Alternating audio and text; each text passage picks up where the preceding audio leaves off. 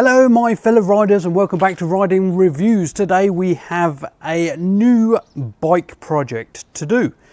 Now this won't be done today, this will be a series of videos, but with no further ado, here we have a Kawasaki Eliminator from 1988.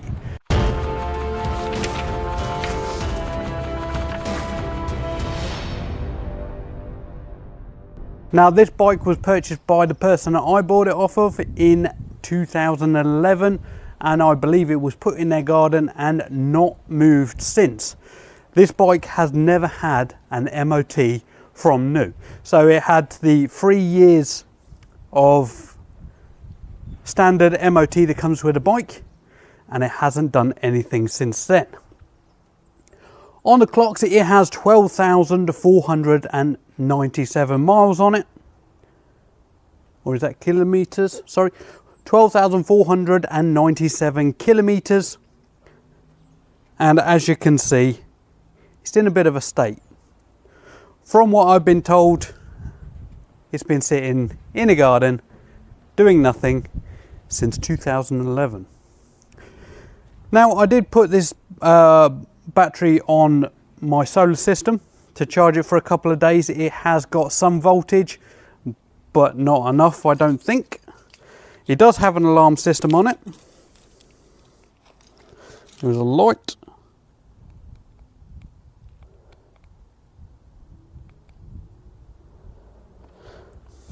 That one doesn't do anything.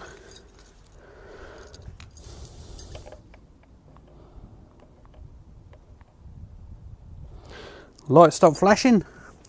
The chances of this starting, I would say, is 0. So lights on. It's a little bit finicky.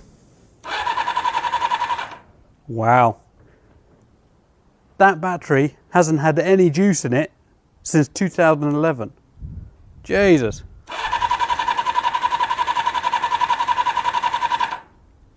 So it does turn over. It's got a little bit of oil in it. It does have some fresh fuel in it. But as I said, I really doubt that it would have started anyway, so wasn't holding up any hope.